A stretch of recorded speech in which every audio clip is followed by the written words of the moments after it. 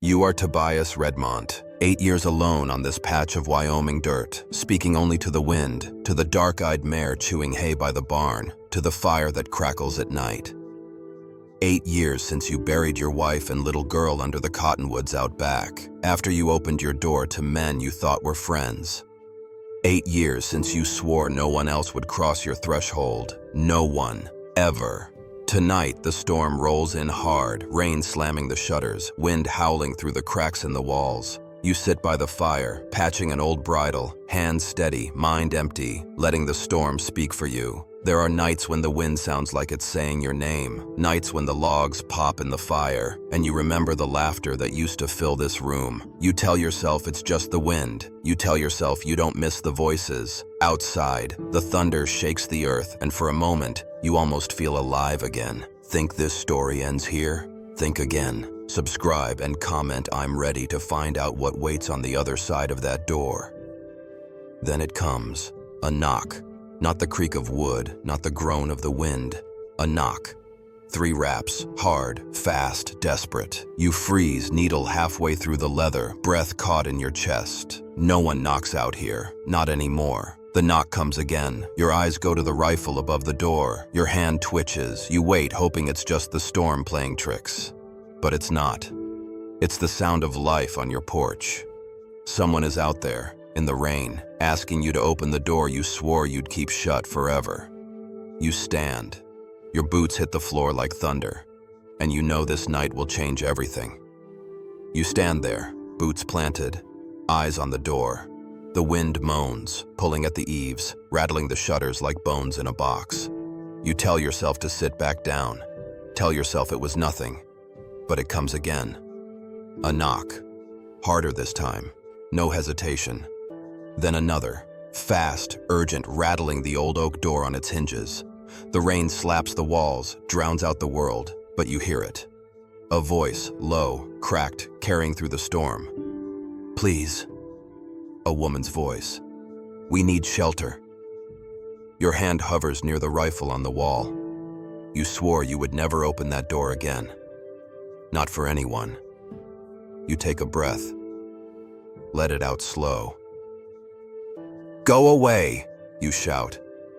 You think that will be the end of it, but it isn't. Another voice rises, younger, broken, words tangled in an Apache accent. They are coming. Lightning flashes, painting the room white, showing every crack in the walls, every scar on your hands. If you don't help us, we die here. Thunder rolls over the hills, shaking the floor under your boots. And when they find us dead at your gate, the voice cuts out, but another picks it up, stronger, closer, right outside the door. You die too. You curse under your breath. Your pulse thunders in your ears. You walk to the door, slow, careful, your boots loud on the wooden floor. You rest your hand on the iron bar across the door, the one you haven't lifted for 8 long years. Your heart tells you to leave it there. Your mind tells you this is suicide.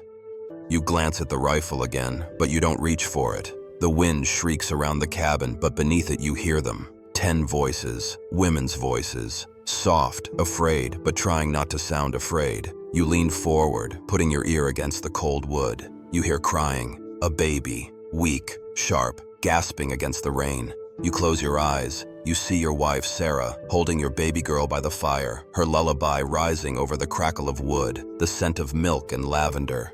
They're gone now, buried on the hill. Because you opened the door once before, because you believed men who smiled and asked for water. Your hand tightens on the iron bar. The wind shoves against the door, testing it, begging it to open. You whisper to yourself, no, but your feet don't move. A woman outside speaks again, closer, like she's pressed her face against the door, letting the rain pour down her cheeks. Please. A baby's cry cuts the dark, thin as a blade. Help us. You open your eyes, and for the first time in years you see your reflection in the window. A ghost, a man who died with his family, still breathing out of spite. What are you doing, Tobias? You're supposed to let them die. You're supposed to keep the world out, but your hand is moving. Your fingers brush the iron bar, feeling the cold, the rust, the weight. Thunder booms, shaking the window panes. In that flash of light, you glance through the crack beside the curtain, and you see them. 10 figures huddled together on your porch, drenched, shaking, faces streaked with mud and blood. One woman stands in front, chin lifted despite the rain, a cut above her eyebrow leaking red down her cheek. Ayana. You don't know her name yet, but you will. Behind her, a girl, maybe 16, clutching a baby to her chest, its tiny face pale, lips blue. 2. A woman with streaks of silver in her dark hair holds another girl by the shoulders, keeping her from collapsing. They aren't soldiers. They aren't bandits. They're women. They're people, running from something worse than this storm. And you know, deep down, if you leave them out there, they will die. And maybe you will live. But you will die too, all over again. Every day you open your eyes. Lightning cracks. You flinch. Your hand grips the bar. And you hear Sarah's voice, soft and clear, inside your mind, like she's sitting by the fire again. Kindness, Tobias. That's what makes us human. Your jaw tightens. You grit your teeth. And you say to the empty room, kindness got you killed. Your hand shakes. Rain hammers the roof, louder, faster, like the drumming of war. Please, that voice again. Outside, a horse whinnies, scared, somewhere far off. And you know, they're coming. Whoever these women are running from, they're close. Your hand lifts the bar, just an inch. You stop, your heart pounds. You see Sarah's face, see your baby's tiny hands. You hear the knock again, softer now, weaker. Please. You suck in a breath, and you lift the bar, slow, feeling the weight of every day you've spent alone. The rust scrapes against the brackets, loud in the silence between thunder. You hold it there, frozen. You could drop it back, lock the world out, keep breathing, but never living. Or you could open the door, and maybe die, or maybe live, not just breathing, but living. The baby cries again, weaker now, a fading sound. Please. You lower the bar all the way. Your hand moves to the latch. Your breath shakes. God forgive me, you whisper, and you pull the door open. The wind slams it back against the wall. Rain and cold slap your face, and there they are. 10 women, soaked, bruised, eyes hollow, but alive. Ayana steps forward. She doesn't smile. She doesn't beg. She just meets your eyes, steady, defiant, afraid, but refusing to fall. We need shelter. You swallow. Your hand tightens on the door. Your boots are rooted to the floor. You look past her, into the dark, and you see lanterns bobbing in the distance. Voices, shouting, carried on the wind. They're coming. You look back at her. At the baby, whimpering, too tired to cry. At the girl, clutching the baby like it's the last good thing in the world.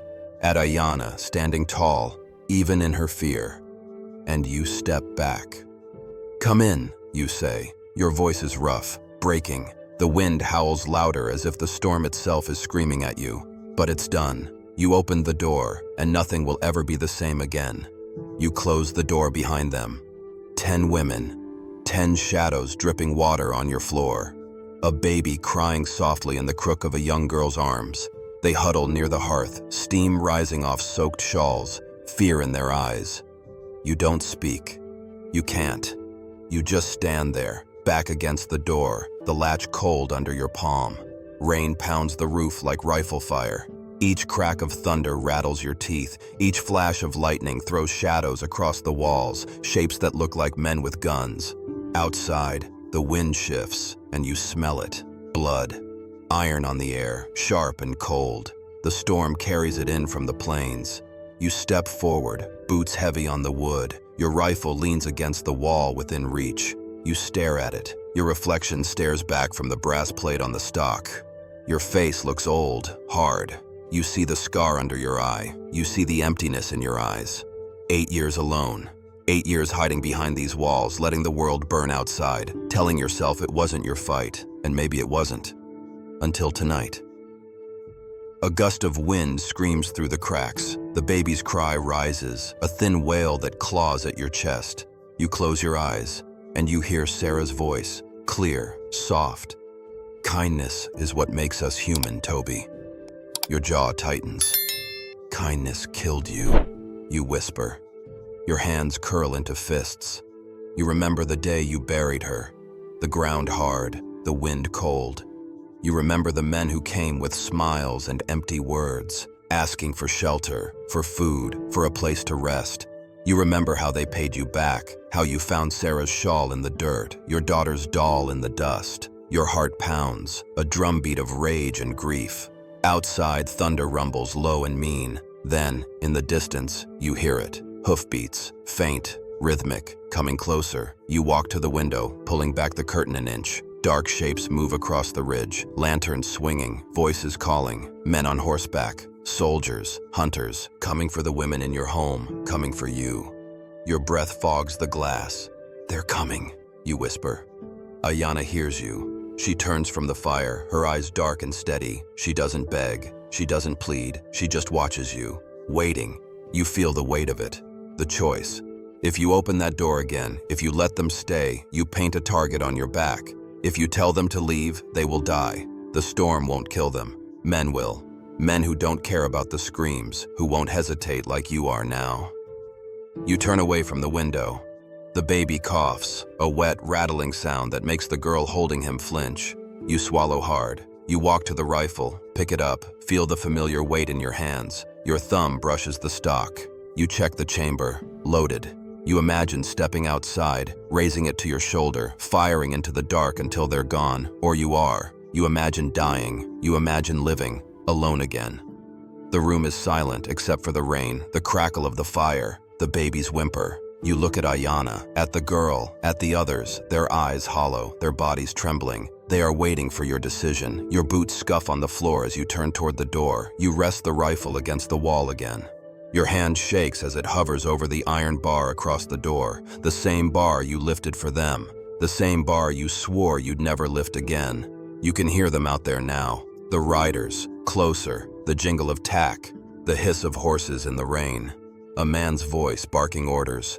Your throat tightens, your heart says no, your soul says yes. Sarah's voice again, soft as rain. Kindness is what makes us human. You press your forehead against the door. Cold. Solid. You remember the last time you felt her hand in yours. The way she smiled when she held your baby girl. The way she laughed when the wind caught her hair. They took that from you. You let them. You ran from the world, hid behind this door, called it survival. Maybe it was. But you're still here. Breathing. Alone. You lift your head. You take a breath. If I open this door, you whisper, I might die. Your hand curls around the iron bar. If I don't, you glance back at the women. The girl's eyes meet yours, wide and pleading. They will. The bar is cold, heavy.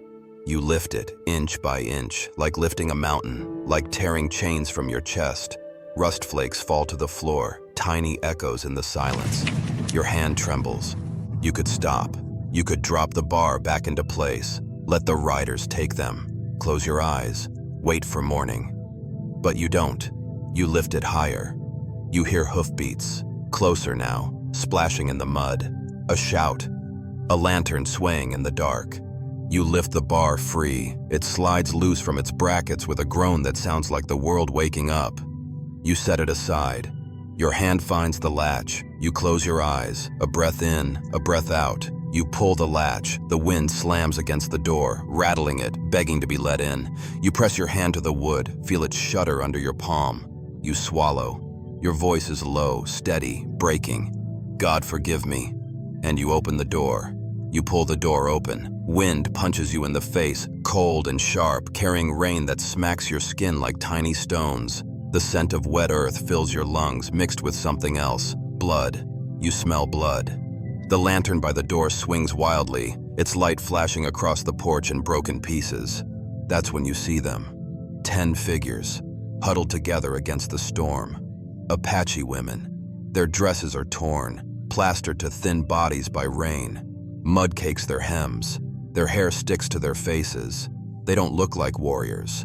They don't look like ghosts. They look like people who have been running for too long, with nowhere left to run. A baby lets out a thin, desperate cry. A girl, no more than 16, clutches the baby to her chest, trying to shield it with her body, but there's nothing left of her but bones and skin and fear. Your eyes travel across the faces. They look at you, eyes wide, hollow, stripped of everything but the smallest ember of hope. They are shivering, teeth chattering, water dripping from their clothes onto your porch. Lightning cracks. For a moment, the world freezes. You see their faces, clear. The bruises, the cuts, the dirt and blood smeared together on dark skin. They flinch at the lightning, but they don't move. They can't. If they run, they die. If they stay, they might die too. But at least it will be quick. In that flash, your eyes find hers. The woman in front, standing tall, even though her body trembles. A cut above her eye bleeds down her cheek, mixing with the rain. She meets your gaze, steady, unblinking, proud but tired. Her eyes do not beg, but they ask. She steps forward, hands lifted slightly, palms out. Her voice is low, careful, words thick with her accent. My name is Ayana. Her breath fogs in the cold. She swallows. These are my sisters, my daughters, my people. Thunder rolls again. You feel it in your bones. Ayana's voice does not waver. We do not want to die tonight. Behind her, one of the women sobs softly. The baby whimpers again.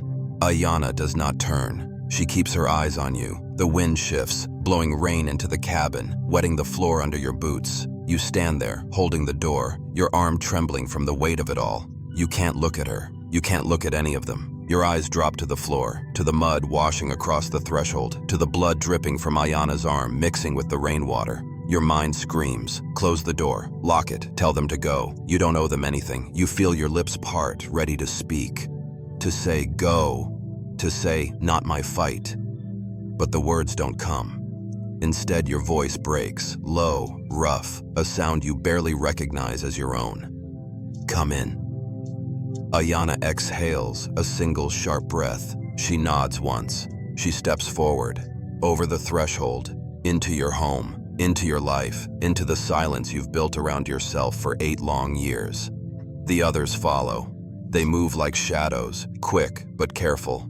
One by one, they slip past you, dripping water onto your floor, bringing the cold with them. They smell of rain, sweat, fear. They smell of war. The baby's cry echoes in the cabin, a thin wail that makes your gut twist. The girl holding the child pauses as she crosses the threshold. She looks up at you. Her eyes are huge, dark, filled with tears she won't let fall. You nod at her, just once. She steps inside. The last to enter is Ayana. She stops beside you, close enough that you can feel the heat of her body, the cold of the rain on her skin. She turns her face to you. In the dim light, you see the dirt and blood and rain streaking her cheeks. She meets your eyes. She doesn't smile. She doesn't thank you. She doesn't need to. Everything she needs to say is there in her eyes. Then she steps past you, into the cabin. You stand there for a moment, holding the door, letting the rain hit your face. Your eyes close. The wind howls, pushing against the door, trying to get in. You take a deep breath, and you close the door.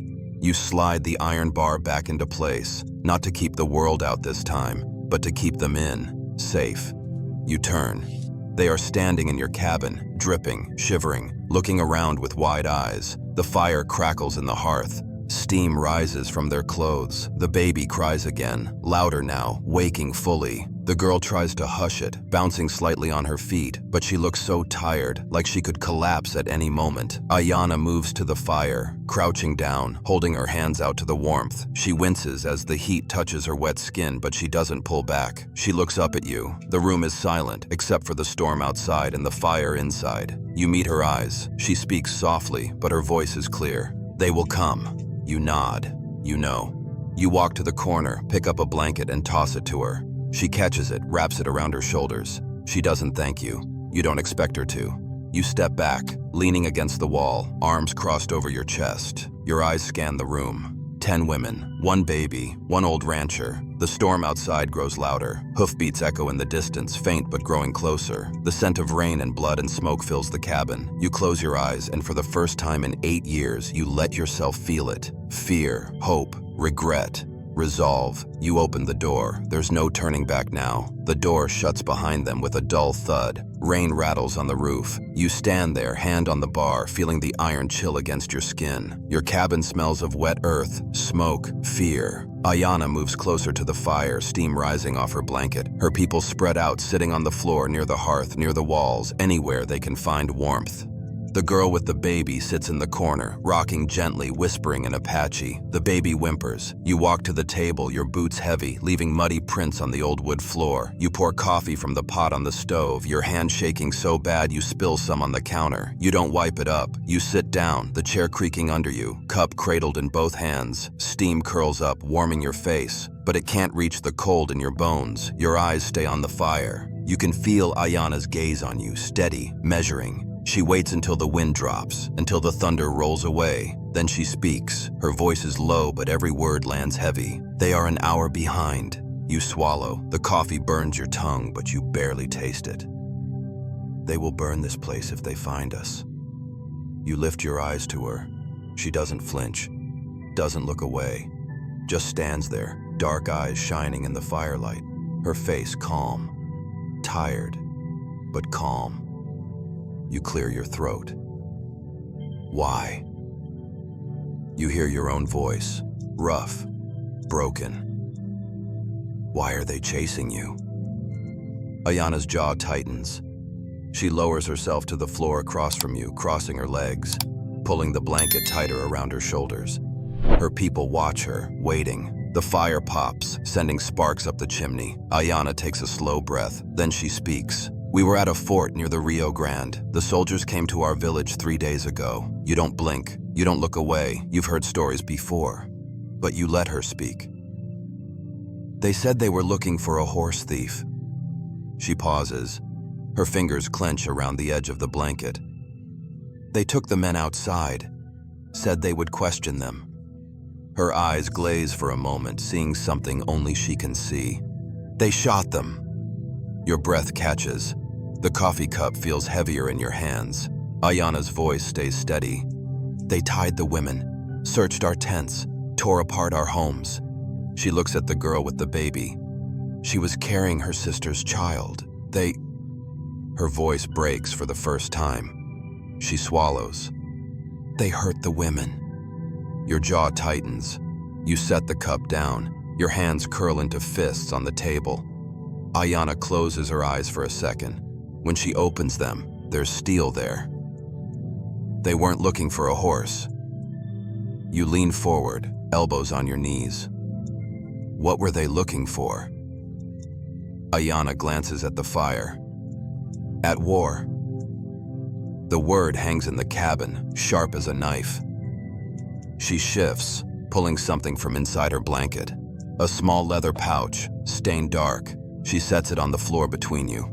Slowly, she opens it.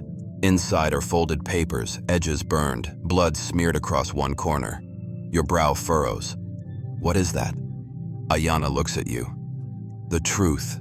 You reach for the papers, your fingers brushing hers. They are damp, but the ink is still legible. Your eyes scan the words, reports, names, numbers, a captain's seal at the bottom. Ayana watches you read.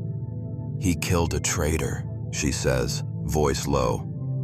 Blamed our people. Said we attacked the fort. You look up. Captain Morrison. She nods. He is taking bribes, selling rifles to raiders, starting fights with our people so he can ask for more men, more money. Your hands tighten on the papers. You know what this means. If she lives, if she speaks, if these papers see daylight.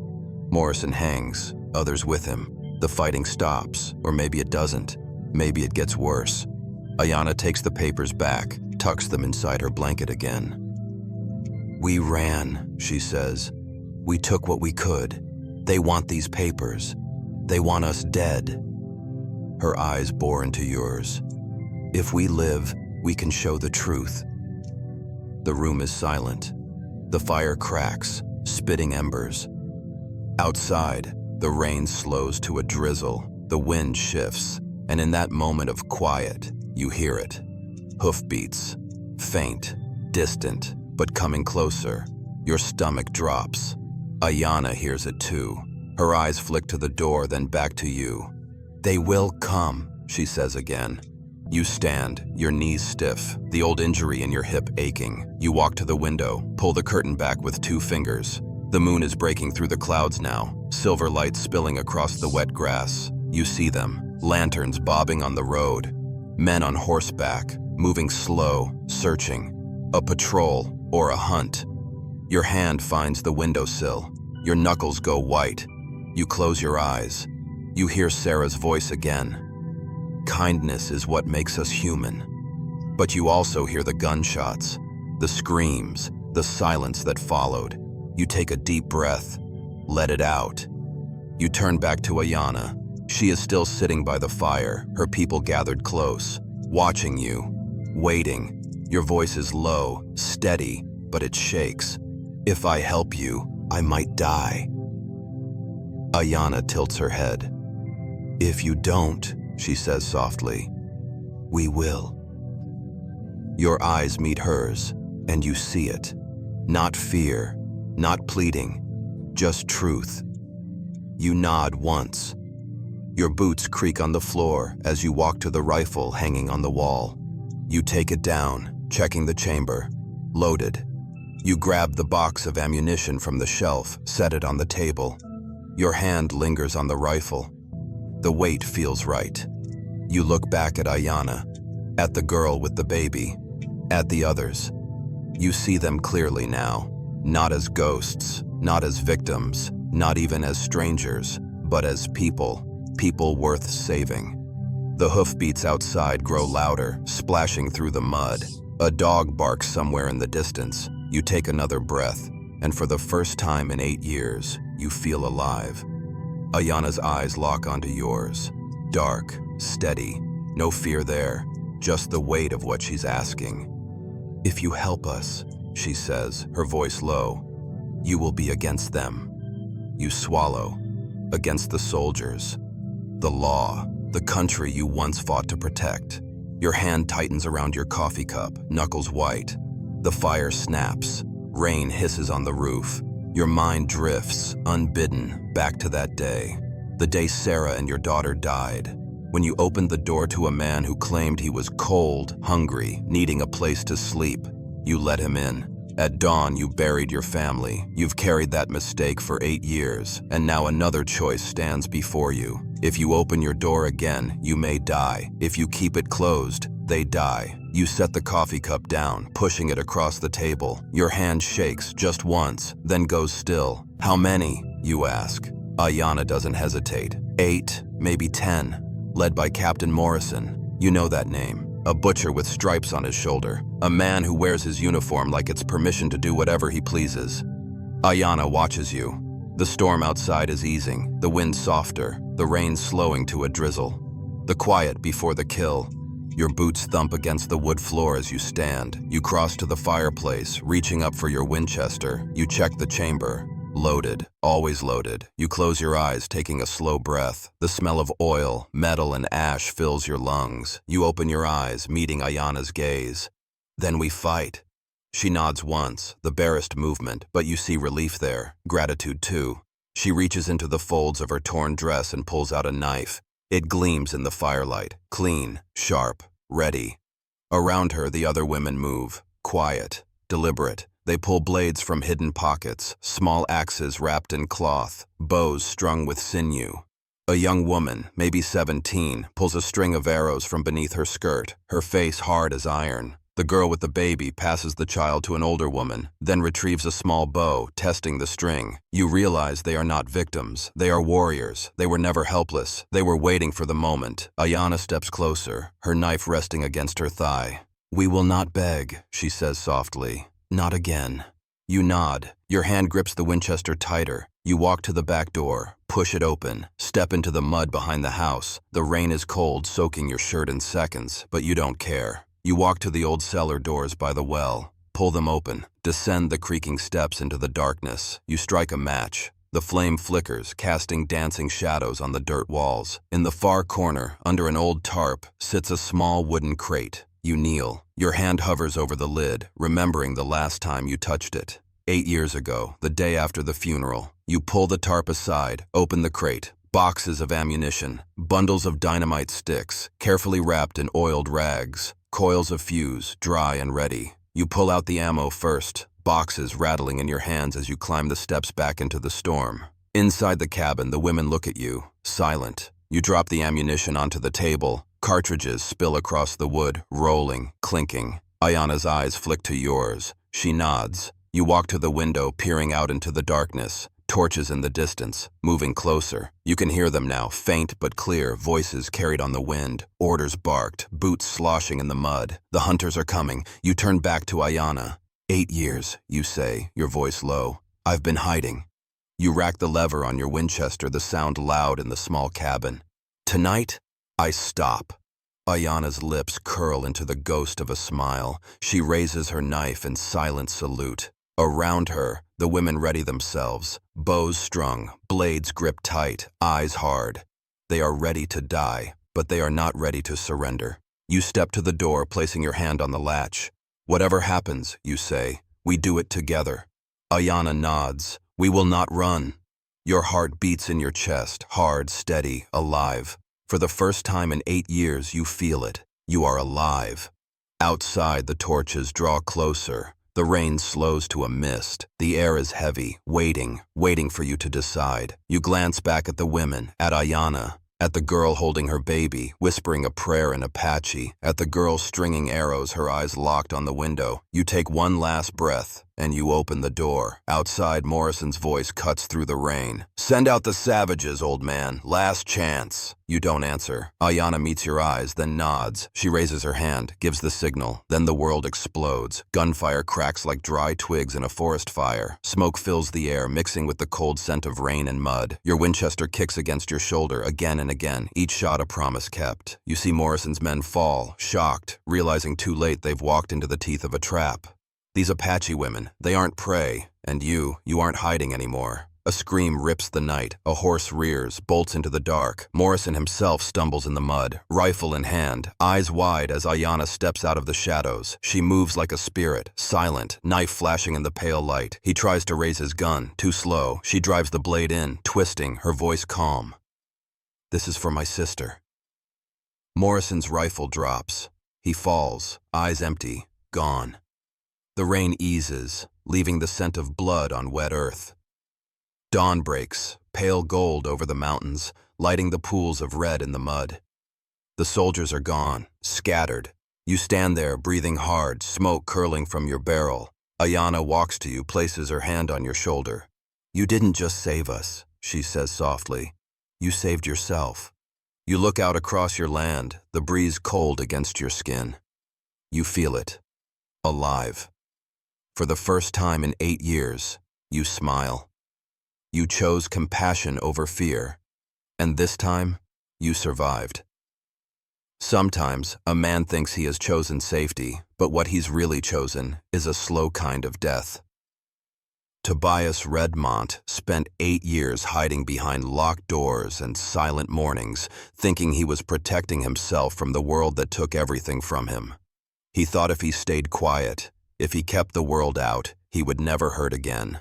But living is not the same as being alive. When those Apache women knocked on his door, they did more than ask for shelter. They offered him a chance to become human again. In this world, it is easy to convince ourselves that turning away is safer. Safer not to help, safer not to speak, safer to keep our heads down. We tell ourselves it isn't our fight, it isn't our problem. We say the world is too dangerous, too cruel, too broken for one person to make a difference. But the truth is, the moment we choose fear over compassion, we lose a piece of ourselves. Tobias could have turned them away. He could have stayed behind his door, holding on to the safety of his isolation, and let those women die in the rain. He could have kept breathing, but he would have stopped living. But he opened the door, and when he did, he found something he didn't know he was looking for. Purpose, community, a reason to stand up again. The world outside didn't magically become safe. The soldiers still came. The danger was still real. But Tobias discovered that the choice to fight for others, to protect the innocent, to extend a hand instead of turning away, that was the choice that made him alive again. In our own lives, we face choices like this every day, though they rarely come with guns and storm clouds. It may look like standing up for someone being mistreated at work. It may look like helping a neighbor who is alone. It may look like choosing to forgive when it is easier to hold on to anger. It may look like speaking up when everyone else stays silent. These choices test us. They push against the part of us that wants to remain comfortable, to keep to ourselves, to avoid the risk of getting hurt or losing what we think we have. But living in fear is not truly living. Opening the door, even when it scares you, is where life begins. Because when we choose to protect others, we are also protecting the parts of ourselves that believe in kindness, courage, and hope. Tobias learned that kindness is not weakness, that compassion is not cowardice, that the hardest choices are often the ones that save us, not just the people we help. He learned that redemption does not come from hiding, but from standing up and facing the danger, side by side with those who need us. He learned that sometimes, the person you save by helping others is yourself.